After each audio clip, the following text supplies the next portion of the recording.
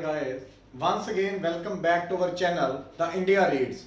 As you know, I am delivering my lecture of economics, NCERT based 9th standard economics, and we have done our 3 chapters and 4th chapter we have done up to part 4. Today we are going to start last part of the chapter. Chapter name was Food Security in India and it was chapter number 4. Chapter 4.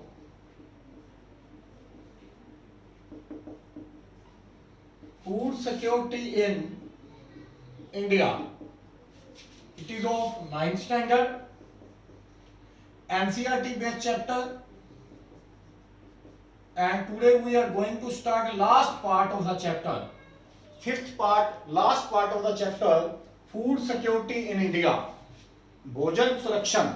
अगर मैं बात करूं food security की, तो मैंने आपको अपने हर lecture में फूड सिक्योरिटी की एक छोटी सी डेफिनेशन दी थी कि food security means affordability, accessibility and availability of food to all the people at all the times. कि फूड सिक्योरिटी होता क्या है, कि मैंने बताया आपको अफोर्डेबिलिटी, कि हर पर्सन के पास इतना पैसा हो, वो इतना अफोर्ड कर सके कि वो भोजन खरीद सके. अवेलेबिलिटी का मतलब कि हर किसी को भोजन उपलब्ध हो सके, और असेसिबिलिटी मतलब कि वो जो भोजन है वो हर आदमी तक पहुंच सके. असेसिबल का मतलब हर आदमी तक वो भोजन की पहुंच हो, चाहे वो पुअर है चाहे वो नॉन पुअर है. तो ये तो था फूड सिक्योरिटी का मतलब. और जो मेरा प्रीवियस लेक्चर था पार्ट 4, उसमें मैंने आपको किन चीजों के बारे में बताया था, थोड़ा सा मैं हाईलाइट करना चाहता हूं. एक तो मैंने बताया था इंडिया में फूड सिक्योरिटी के बारे में कि during last 30 years India has become self sufficient, कि भारत भोजन सुरक्षण में क्या हो गया था, सेल्फ सफिशिएंट. सेल्फ सफिशिएंट का मतलब कि इसके पास खुद के पास इतना भोजन है कि ये लोगों की भोजन की डिमांड को पूरा कर सके. तो उसके लिए मैंने आपको ये भी बताया था कि गवर्नमेंट क्या क्या एफर्ट्स कर रही है. तो गवर्नमेंट के एफर्ट को मैंने 2 कंपोनेंट्स में डिवाइड किया था. फर्स्ट मैंने बताया था बफर स्टॉक के बारे में, दूसरा मैंने बताया था PDS, public distribution system. Buffer stock में मैंने आपको यह बताया था कि गवर्नमेंट क्या करती है, government store the surplus food through FCI, food corporation of India. वो फूड कॉर्पोरेशन ऑफ इंडिया के जरिए भोजन को स्टोर करके रख लेती है and use this food due in the time of natural calamities और in the adverse conditions of the country. जब देश पर कोई विपत्ति आ जाती है, कोई संकट आ जाता है, कोई फ्लड आ गए, कोई ड्रॉट आ गया, कोई फैमिन्स आ गए, जिसको आप हड़ कह सकते हो, आ गए, कोई कई बार अर्थक्वेक भूचाल आ गया, सूखा पड़ गया, तो फूड की शॉर्टेज हो जाती है. उस शॉर्टेज को पूरा करने के लिए बफर स्टॉक का इस्तेमाल किया जाता था. पब्लिक डिस्ट्रीब्यूशन सिस्टम में क्या था, पब्लिक डिस्ट्रीब्यूशन सिस्टम क्या था, एफसीआई क्या करती थी, ये फूड को डिस्ट्रीब्यूटेड कर देती थी. किसको, to regulated government ration shops, कि गवर्नमेंट से मंजूर शुदा ration shops which provide food less than the market price, less than the market price or cheap price, and they were also known as fair shop price, जो कम rate पर क्या था, अनाज उपलब्ध करवा लेती थी. ये मैंने आपको बताया. उसके अलावा मैंने आपको बताई थी गवर्नमेंट की अलग अलग स्कीम्स के बारे में, जिसमें मैंने आपको अंत्योदय अन्न योजना AAY उसके बारे में बताया, अन्नपूर्णा स्कीम के बारे में बताया, and number of different policies और programs which were started by the government. And in this chapter we will start from Antyodaya Ann Yojana scheme, which was started by government to fulfill the shortage of food. भोजन की कमी को पूरा करने के लिए एक प्रोग्राम चलाया गया, अंत्योदय अन्न योजना. तो आज मैं उसके बारे में पहले डिस्कस करूंगा कि ये अंत्योदय अन्न योजना क्या थी. इसको शॉर्ट फॉर्म में आप कह सकते हो AAY, अंत्योदय अन्न योजना. तो सबसे पहले अगर मैं इस प्रोग्राम की पॉलिसी की बात करूं तो इसको स्टार्ट किसने किया और कब किया, ये जानना बहुत ज्यादा जरूरी है. इसको स्टार्ट किया था union food and civil supply minister mister Shanta Kumar, and it was launched on 25 December 2000. First of all it was launched कब लॉन्च किया गया इसको, ऑन 25 दिसंबर 2000, 25 दिसंबर 2000 को ये जो योजना थी अंत्योदय अन्न योजना, इसको शुरू किया गया। इसको शुरू किसने किया? स्टार्टेड बाय और लॉन्च्ड बाय मैंने आपको पहले भी बताया किसने शुरू किया इसको।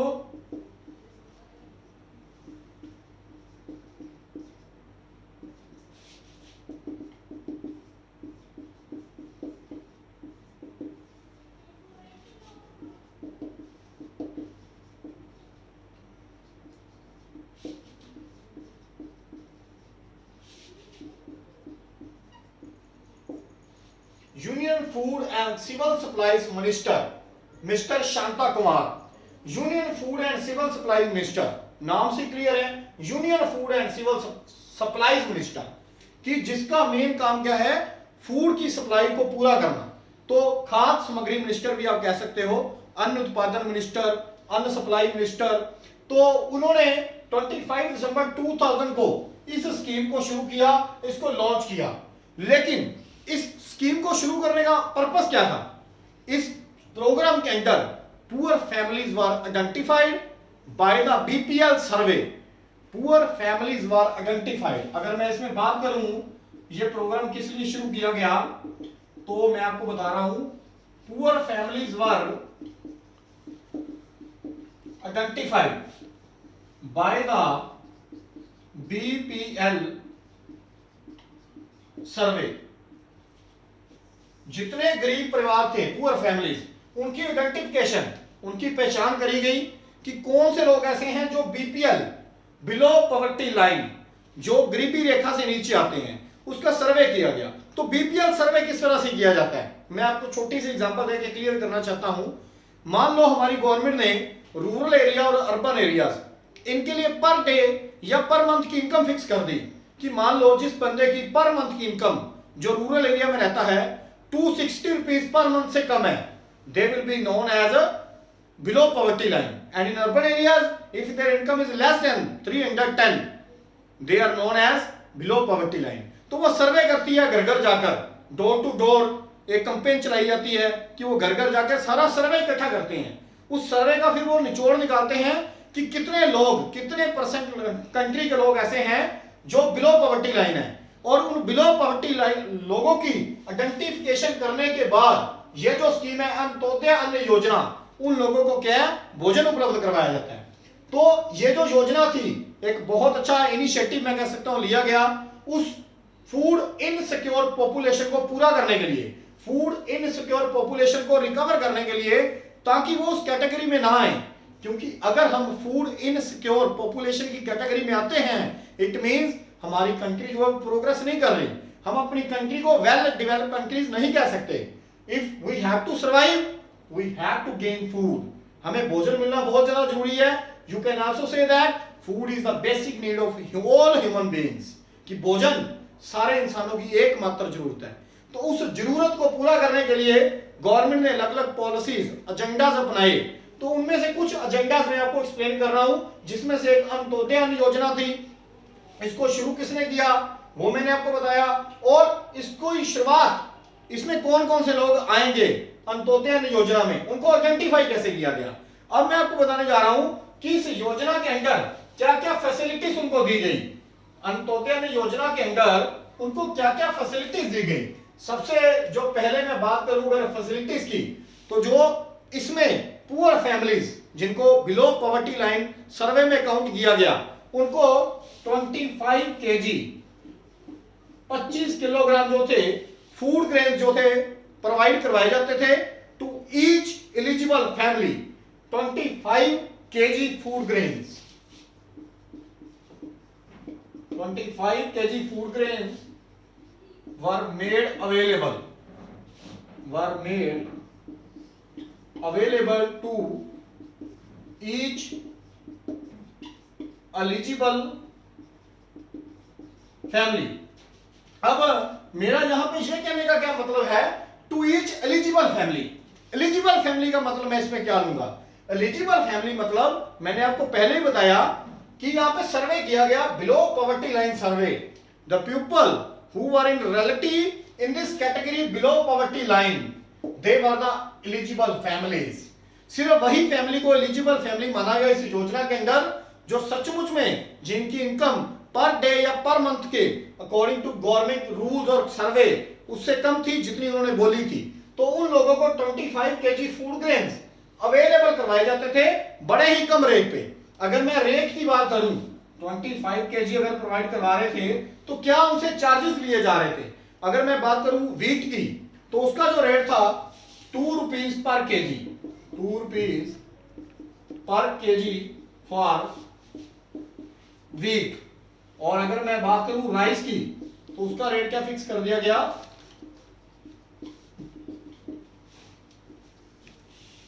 3 rupees per KG for rice. उनको गेहूं और चावल वो प्रोवाइड करवाए जाते थे। जो वीट थी 2 रुपए पर किलो के हिसाब से और जो राइस थे वो 3 रुपए पर किलोग्राम के हिसाब से। तो ये एक बड़ा अच्छा इनिशिएटिव है।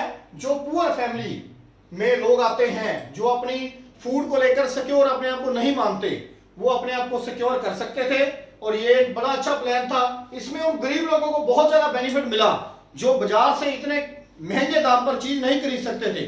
उन्होंने ये चीजें क्या है बड़े ही वाजिब रेट पे उन्होंने खरीदनी शुरू कर दी। तो अगर मैं क्वांटिटी की बात करूं जैसे कि मैंने आपको बताया 25 केजी इसकी क्वांटिटी उनको प्रोवाइड करवाई जाती थी। तो अप्रैल 2002 में आकर जो क्वांटिटी थी quantity enhanced from 25 KG to 35 KG. पहले इनको 25 किलोग्राम जो थी कनक और चावल मिलते थे। अब उसकी क्वांटिटी को बढ़ाकर कितना कर दिया गया 35 केजी। कब से ये शुरू किया गया फ्रॉम अप्रैल 2002।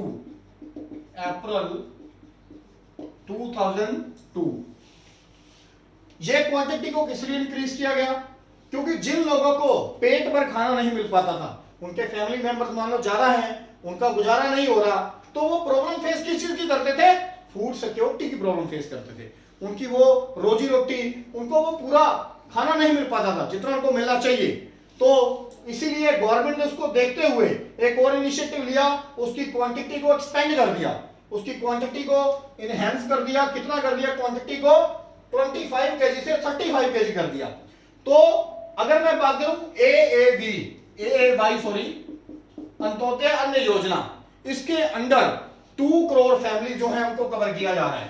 कितनी अगर मैं फैमिलीज की बात करूं वो अंत्योदय अन्न योजना के अंदर कवर की जा रही है तो 2 करोड़ फैमिलीज हैं 2 करोड़ फैमिलीज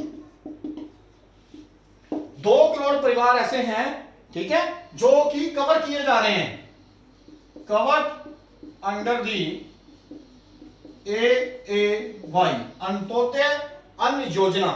2 करोड़ परिवार जो हैं वो फूड सिक्योरिटी को लेकर जो है अपने आप को सिक्योर मानते हैं। क्यों सिक्योर मानते हैं क्योंकि गवर्नमेंट उनके लिए प्लानिंग्स कर रही है। तो ये तो थी गवर्नमेंट की स्कीम्स। इसके अलावा और भी बहुत सी स्कीम्स हैं लेकिन अब मैं आपको बताने जा रहा हूं role of cooperative societies in food security. और ये मेरा जो कंसेप्ट है very very important concept role of cooperative societies in food security. अगर मैं आपको बात करूं कि ये कोऑपरेटिव सोसाइटीज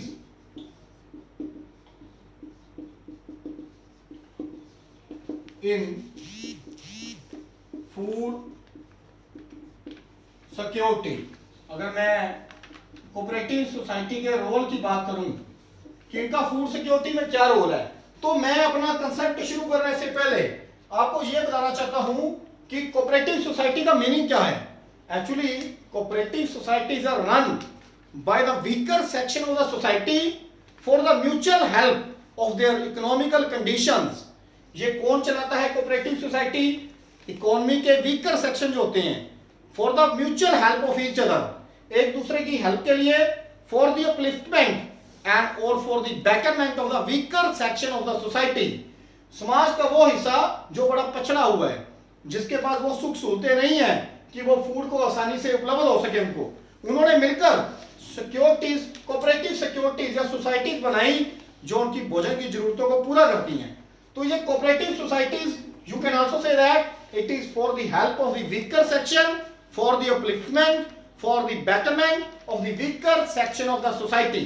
और अगर मैं इसके फंक्शन की बात करूं, कोऑपरेटिव सोसाइटी का अगर मैं फंक्शन आपको बताना चाहूं कि इसका फंक्शन क्या है, तो इसका फंक्शन क्या है, सेटअप शॉप्स। ये क्या करती है, सेटअप शॉप्स।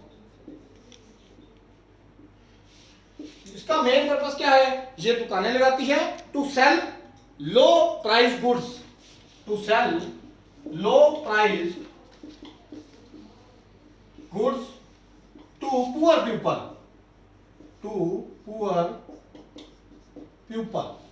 सेटअप शॉप्स, ये अपनी दुकानें लगा देती है to sell low price goods to poor people. अब ये देखो इसका फंक्शन जो मैंने आपको बताया था वही आपको क्लियर हो रहा है, to help the weaker section, to upliftment और for the betterment of the weaker section.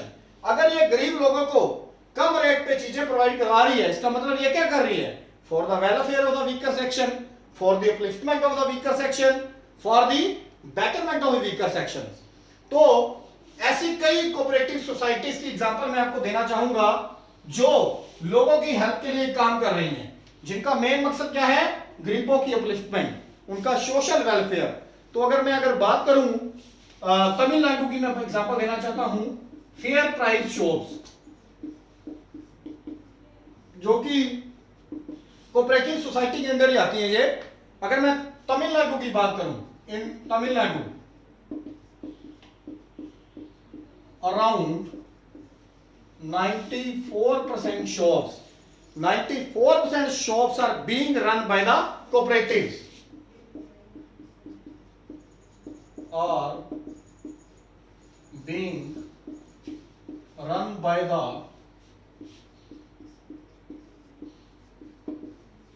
cooperatives। Fair price shops मैंने आपको पहले भी बताया था मेरे प्रीवियस लेक्चर में, जो कम दाम पर चीजें उपलब्ध कराती हैं। जैसे मैंने आपको पीडीएस में बताया था, पब्लिक डिस्ट्रीब्यूशन सिस्टम में कम रेट पर जो चीजें उपलब्ध कराती हैं उनको they are also known as fair price shops. तो 94% शॉप्स जो है तमिलनाडु में जो चलाई जा रही हैं वो किसकी हेल्प से चलाई जा रही हैं, कोऑपरेटिव्स की। Cooperatives means for the help of the weaker section of the society and for the upliftment of the poor people. उन गरीब लोगों के भले के लिए चलाई जा रही हैं ताकि वो चीजें खरीद सकें जो वो ज्यादा दाम पर, ज्यादा रेट पर नहीं खरीद सकते। वही चीजें उनको कम प्राइस पर सेम चीज जो है उपलब्ध करवा रही हैं। वो कौन सी है, बाय द कोऑपरेटिव्स। तो कोऑपरेटिव सोसाइटीज का अगर मैं रोल की बात करूं तो इसका जो रोल है, it is playing very very vital और important role in our country, in our society for the upliftment of the poor and the weaker section of the society. मैं बार बार पुअर पीपल और वीकर सेक्शन की बात क्यों कर रहा हूं, क्योंकि जो मेरा चैप्टर है फूड सिक्योरिटी इन इंडिया, भोजन सुरक्षण, तो भोजन सुरक्षण में सबसे ज्यादा प्रॉब्लम फेस कौन करता है, लोअर लेवल के लोग, गरीब लोग, वीकर सेक्शन। तो अगर हम उन्हीं को अपलिफ्टमेंट कर देंगे, उनके बेटरमेंट के लिए सोचेंगे for the welfare of the weaker section, then nobody will face problem of food security in the country, and if nobody will face this problem then our country will be well developed country। तो मेरा वो concept इसके साथ बड़ा ज्यादा correlate है।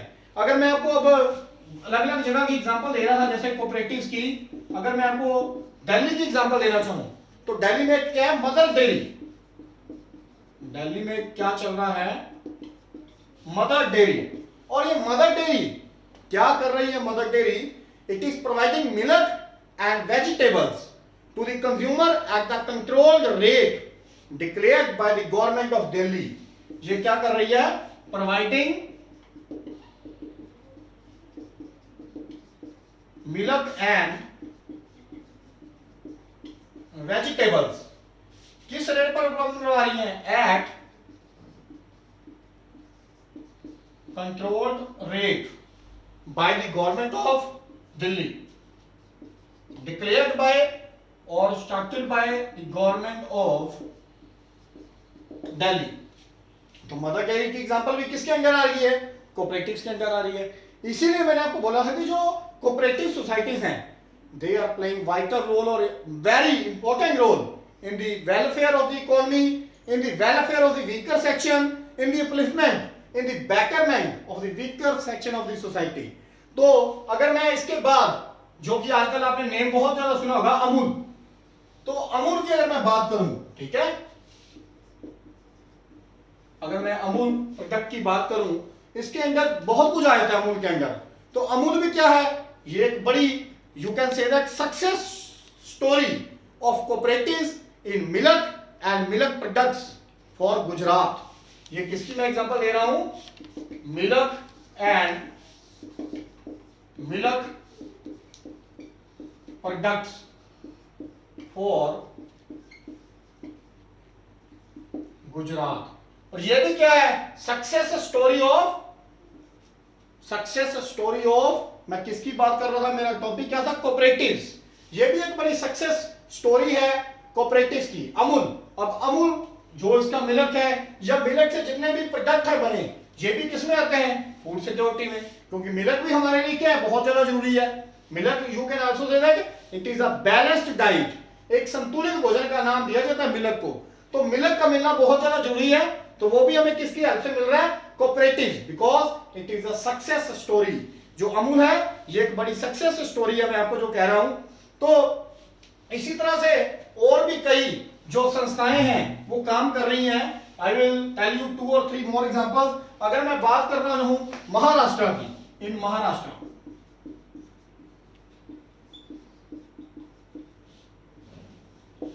तो मैं महाराष्ट्र में अगर बात करूं, ठीक है, यहां पर क्या है, एडीएस। अगर मैं इसकी फुल फॉर्म की बात करूं, academy of development science, academy of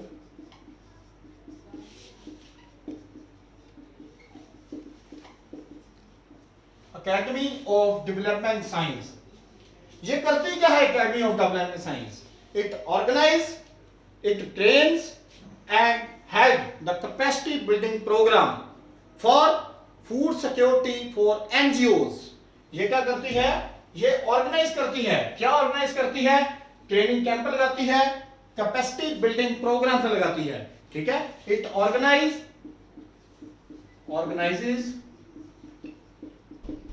training and capacity building programmes.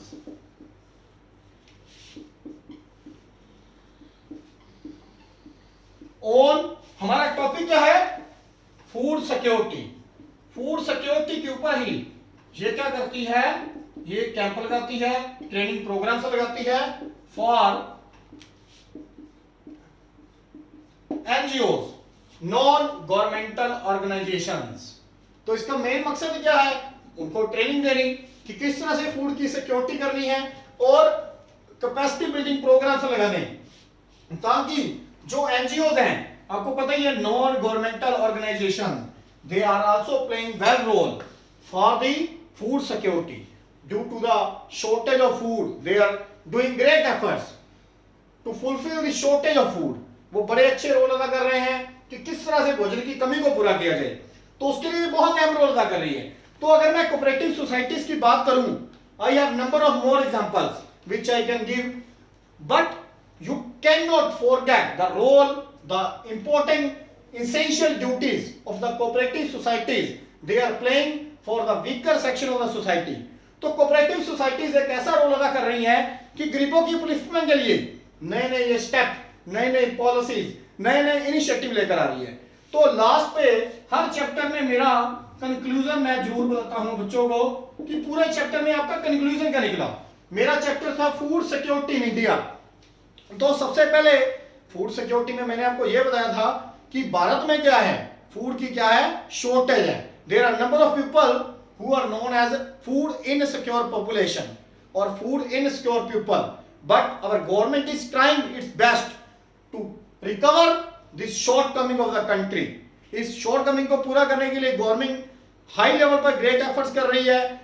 Government is also making plan और policies. I have discuss about number of policies, Antyodaya Anna Yojana, Annapurna scheme, number of much more schemes, Amul scheme. Cooperative societies are also playing their role, and due to these efforts, you can also say that we are in the people of in food insecure people, food secure people. हाँ, ये नहीं मैं कह सकता कि सारे लोग ही food secure people की कैटेगरी में हैं। आज भी कुछ लोग ऐसे हैं जो अपने आप को इनसिक्योर मानते हैं, जो इनसिक्योर फूड पॉपुलेशन की कैटेगरीज में आते हैं। लेकिन मैं ये भी कह सकता हूं कि food insecurity is decreasing day by day with the great efforts of the government, and I hope in future we will recover this problem. We will recover from the food insecure problem. We will recover in a better way. And if you like my lecture, please subscribe our channel. Thank you.